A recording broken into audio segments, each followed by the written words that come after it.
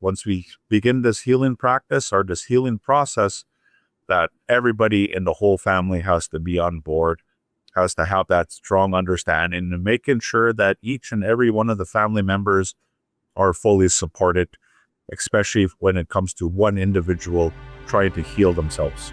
Hi, I'm Tamara, and this is TELUS Talks with Tamara Taggart. This week I'm joined by Christopher Merasty. Chris believes men, especially Indigenous men, are often left out of mental health conversations. To truly support the well-being of women and families, men must also heal from past traumas and mental health struggles. Today we discuss Chris's work founding Men of the North and making holistic, culturally grounded healing a reality for men. I hope you enjoy the conversation. This podcast is brought to you by TELUS Smart Home Security. Secure, simplify, and easily monitor your home from anywhere using the Smart Home Security app. Visit TELUS.com/smarthome-security to learn more about Canada's most trusted security provider. Hi, Chris. It's great to see you. All right, it's great to see you as well. So today we're talking about mental health, Indigenous men, and this group that you have. I don't know, would you call it a group? Men of the North. This is your project. You started Men of the North. Yes, yeah. So what we call it here is a movement, a way of life. I know that with a lot of the gentlemen that participate into the programming, have seen tremendous turns in their life, and they call it, a way of their life. Without the programs and the processes and the services that we provide here in northern Saskatchewan, and a lot of these men that come into our program would have been going down very negative paths. So in order for them to be a part of the program, it's at being actively engaging into the program and services that we provide, making sure that their needs are being met so that way they are more successful. So are Indigenous men left out when it comes to mental health conversations and supports? That's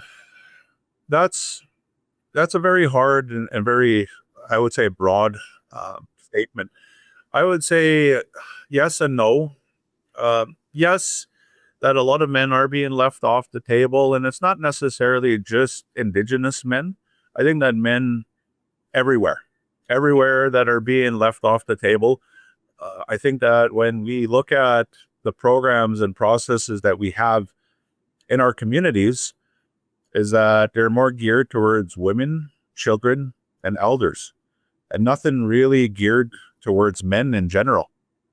And the centers that we have in our communities are based around women. They have women's centers, and they have children, youth centers, and there's elder centers. There's no men or male centers, men and boys centers in our communities. The only centers I see in our communities that are geared towards men and young men are the correctional centers and the penitentiary centers. And to me, it's a problem. It's a problem that we're having in our communities. It's a problem that we have in our society, is that the lack of supports and resources geared towards men and boys is sorely lacking right across the board. And it doesn't matter if you're Indigenous or non-Indigenous. It doesn't matter if you're from this country or you come from another country, that those supports and services that are geared and designed for men and young men are not there. Yeah, I totally agree with you. A long time ago, I used to help fundraise for a group here in Vancouver, and they support men with addiction and mental health challenges. And it was so hard to fundraise for that group. And, I would go on and help raise money for cancer, for sick babies, for children, and it was so much easier. And I've always remembered that. And because people don't I don't know if people have a lack of empathy for men or if we just never talk about it, so they don't understand that, it actually exists. In your experience, what do you think the challenge is with that? A lot of competition. There's a lot of competition in the world today, in our societies, in our communities, is that there's a lot of organizations competing for funding and grants out there that are subjected towards more women and children and less around men and boys. For example, is that already this fiscal year from 2024, April 1st is our fiscal year. So April 2024 to today, March 18th, 2025, we've submitted for a total of 34 grant applications for different types of programming, supports, and services to help us to empower and to enhance our services here in Northern Saskatchewan. And only six of those grant applications were approved. And that's a problem, and that's where we're seeing a lot of the problems, is that a lot of these individuals who sit on the other side of these grant applications are stemming to that problem that we have, especially with the men and boy crisis that we're seeing in today's society.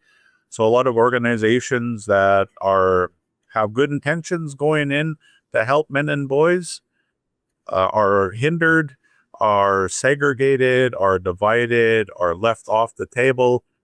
Then their organizations, their passion, their goals just fade away, dry up, never to be seen and heard of again. Mm. So, Men of the North, the program was established in 2020, right? And why did you start this? Was there something that happened that made you want to start it? Is something you've always thought of? Yeah. So here in Northern Saskatchewan is that there's a high rate of suicides. There's a high rate of domestic violence. There's a high rate of crime. And a lot of the problems that we see, truth be told, are stemming from men and young men. And so we have a lot of organizations, a lot of non-for-profit organizations here that are reactive measures. So everything that happens after the fact, the abuse happens, the cops get called out, and then the people who offer supports and services are called into action, and everything is, divided up amongst different types of programs and different types of organizations. Children going to foster care services, men going to jail, and women going to safe shelters. And so these are all reactive measures. And really, there was nothing that prevents these reactive measures from being utilized in the first place. And so I had this idea, and I went to my partner at the time, and I told my partner, I says, I'm going to start this Men in the North, or this men's support program, because what I'm seeing is that the lack of supports to engage men before they go down these very negative paths, or these wormholes, so to speak, that tend to put them into incarceration or various places where they don't want to be, and maybe even sometimes 6 feet in the ground. So I got doing a bit of research and finding out that 5 years ago, when I started this Men in the North program, there was nothing. There was no books. There was no information. There was nothing out there. I actually had to go to Australia, seek out programming out in Australia that are geared towards men and young men in that community. And so I got some of those ideas. I bring them to northern parts of Saskatchewan here, and we put together the pieces. I got a board of directors together, and we put in the business plan, and putting in the pieces in place to help to maintain our own structure here in northern Saskatchewan, to help men and young men not to go down towards the drugs and alcohol, not to go down towards the gangs, and to end up into places where they don't want to be, such as correctional centers, penitentiary centers, or 6 feet in the ground. Mm. And so how is this work for you? Like how has it changed from when you first started to today? Like what are some of the positive things you've seen? We have so much positive things that coming out through our program. And as you can see on the walls behind me, there's multiple people that we have spread around the facility that had seen the importance of having such a program in place each and every day, um, and helping them and guiding them and ensuring that their paths are successful. And what I can tell you is that programs quite like this that offer support, guidance, a healthy sense of belonging, healthy programming that is effective, consistent, and good quality material, you're going to see lives change.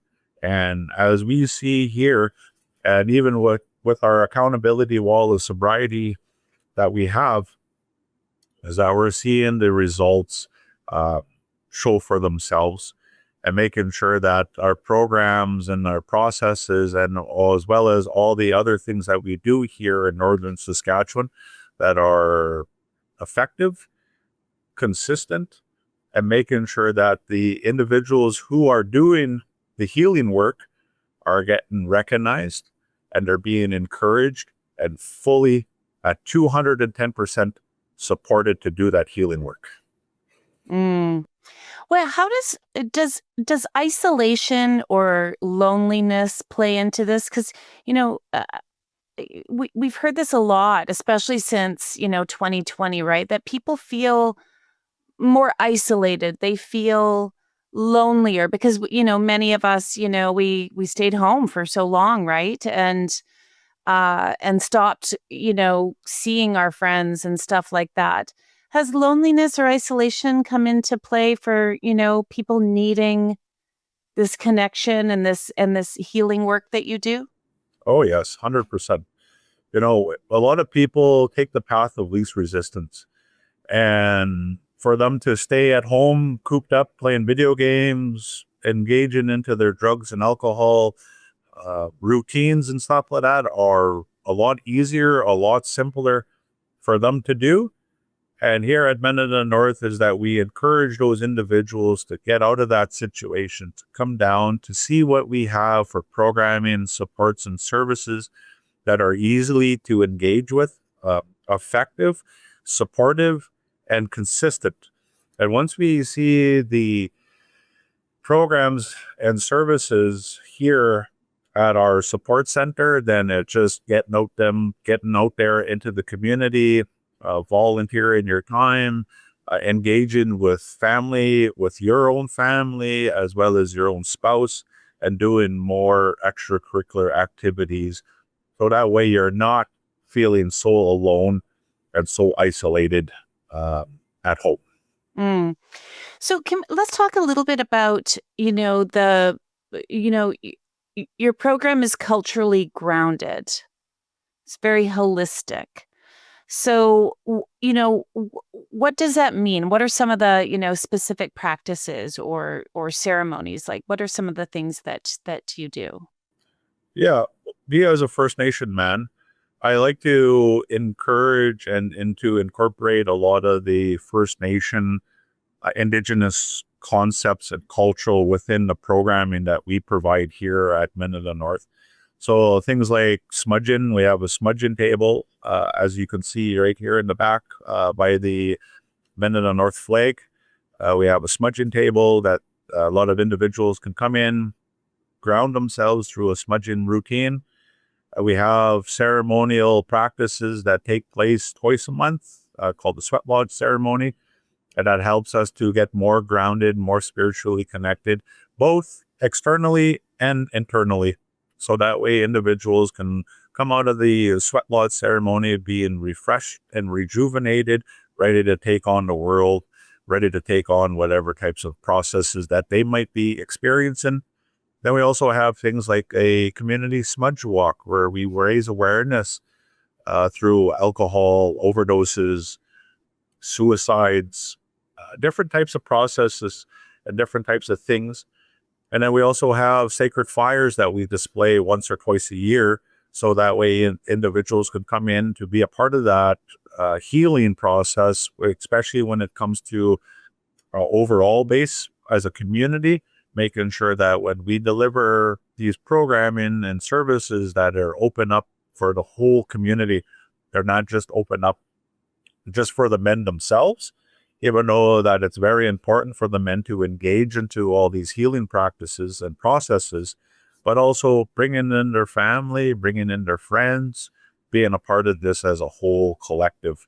I think that it's one of those areas that we're sorely lacking within our own programming and processes and the services that we provide, is making sure that we include the whole family as a whole.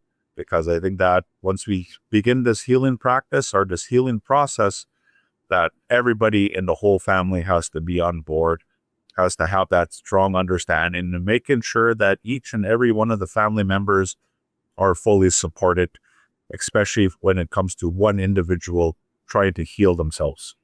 Mm. And what about, why is it important for people to connect to their heritage or connect to their roots? How does that help? How does that help people heal? When people have a strong understanding about where they come from, their ancestors, how they lived, their ceremonial practices, their cultural, their own heritage, their own identity, that be able to have them grounded. So that way they have a solid platform so that they can work on all those different types of processes, knowing where they come from, the language that they speak, the understanding on this is the types of practices that they do, then that healing process can be flourished, it can grow, it can be supported, and not knowing that where you need to get grounded, you go back to your ceremonies and get yourself healed, get yourself grounded, and be able to take on that process or take on the world once again. It's interesting because we do find ourselves in a really terrible cycle, right? If you aren't given the ability to heal or understand, you know, uh, why you maybe do the things you do, right? Instead, we punish people, we put them in jail, and then we expect them to get better there. And then they complete their sentence or whatever it may be. Then they go back out with no supports, and then maybe get in trouble again. And then we end up right back where we started. They basically have, the fundamental processes that they hold individuals accountable for their own negative actions, which, good. Like, yes, people need to be held accountable, and people need to know that there's certain disciplines that they have to go through if they're going to do something that is negative, destructive, and can potentially hurt people. And yeah, like 100%. But we don't provide any supports or services to mitigate a lot of those things that are being transpired. Preventative, so that these things don't even happen in the first place. 100%. And if we can start going further up the stream with more programs, services, and supports, quite like Men of the North, then maybe one of these days you're going to see us closing down a penitentiary and opening up a university, because all those processes and all those pieces that we prevent a lot of things from happening in the first place, then maybe one of these days we're going to see jails closing down. We're going to see penitentiaries shutting its doors because there's not enough people to house them anymore. Well, this is what we always talk about when it comes to healthcare too, right? Why aren't we more preventative? Why aren't we proactive so that, people, know how to eat healthy? And what you're saying or whatever, that's a simple way of, talking about healthcare, but you understand what I'm trying to say here. And it's the same thing with the work you're doing. If we teach boys from a young age, right, how to live and understand themselves and be, it just makes sense, and then they hopefully don't go down that path to be proactive, to be get off on the right foot, if you will. Yeah, 100%. And we're not teaching them. We're not guiding them. We're not allowing them to express themselves. We're constantly hindering them to act a certain way, to do certain things, to be this person who graduates from high school, gets a good job, gets a gold watch during retirement, and collects a pension. We're constantly feeding this endless cycle and not teaching people how to stand up, to be more effective in the programming, into their own healing journeys, and learning on how to break that intergenerational trauma cycle and making sure that they can communicate it, they can educate themselves, or they can become more educated, learning on how to read, learning on how to speak, and learning on how to write. So that way they become more than who they really are, to become more formidable. And making sure that when they do this work is that they're engaged at 110%. Making sure that when they come into programming such as Men of the North, is that there's going to be people and processes and things in place to make sure that they're working effectively, staying engaged, staying committed to the program. And we're not seeing that today. There's a lack of accountability that's being transpired, is that a lot of people are half in and half out. And when you're like that, then the accountability gets subsided, and a lot of people tend to drop out of school, tend to drop out of programming, tend to not do the work that is necessary.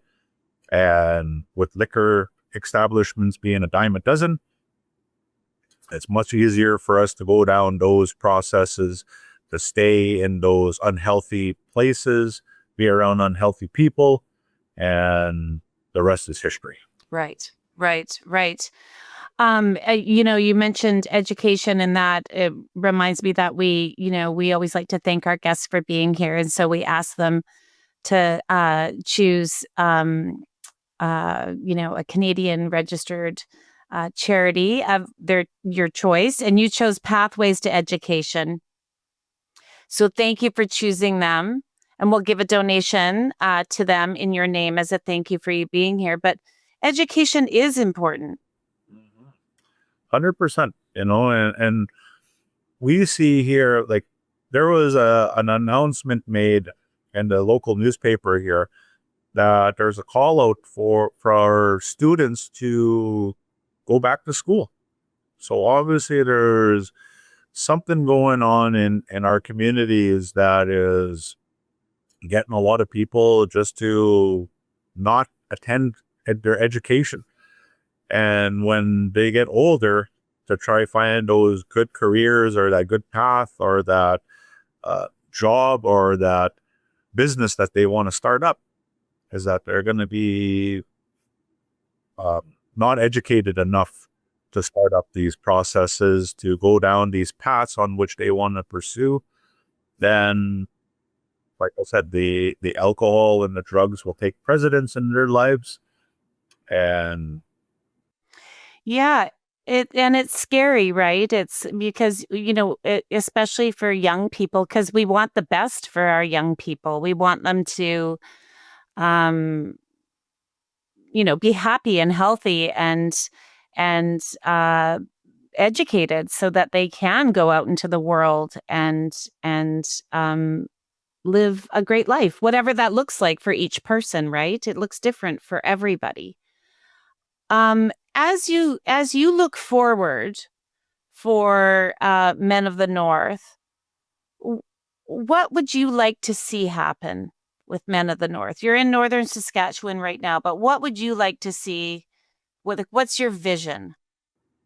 My overall vision with the Men of the North program is to see more organizations come forward and to collaborate and to partner with a program such as Men of the North to enhance the supports and services more geared towards men and boys, because those are the areas that we're sorely lacking in providing resources and supports to.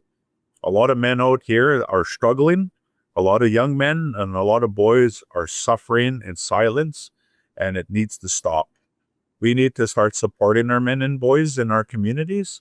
And one of the best ways to do it is to fold that support, to collaborate with as many organizations, many different divisions within our communities, so that way we can be those preventative measures. So that way a lot of these men and young men are not reliant to these negative ways on interacting and engaging into the world. And that will provide them with more support, guidance, healthy and effective programming, so that way they and their families and the communities can be successful. If someone's listening and they're like, this is a great program that Chris has going and it should be everywhere, how do others help? Well, reach out to us, contact us, support@menofthenorth.net, or look at our website, www.menofthenorth.net. You can reach out. There's our contact information. See how you can get involved. We're looking for support letters, recommendation letters by chief and council, by mayor and council, by MLAs, politicians, the prime minister himself, to look at these types of supports. So that way, when we submit these funding applications, is that we have a bunch of supports moving forward. So that way we see more than 6 funding applications being approved. Out of 34 funding applications, only 6 applications been approved. And to me, it's a problem. It's one of the biggest problems, one of the biggest downfalls that we have, to make sure that a lot of these male-orientated programs don't dry up, is that we support them at 110%, making sure that they're healthy, effective, and consistent. Mm-hmm. Systemic change, right? Positive change. This has been such a great conversation, Chris. I just want to mention your website again. You are at menofthenorth.net. You are also, all of your handles are the same. I like that.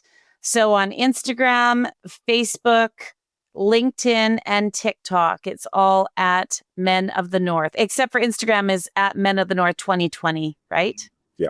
That's right. Chris, thank you so much for the work you do, and I really appreciate this conversation. Yes, thank you. I just want to end it with allowing individuals to know that tomorrow is always going to be better, and always, always remember, you are not alone. Thanks for listening to another episode of TELUS Talks with Tamara Taggart. Be sure to subscribe so you can join us every Tuesday for another conversation. You can also check out our website, telus.com/podcast, and subscribe to our YouTube channel at TELUS Talks.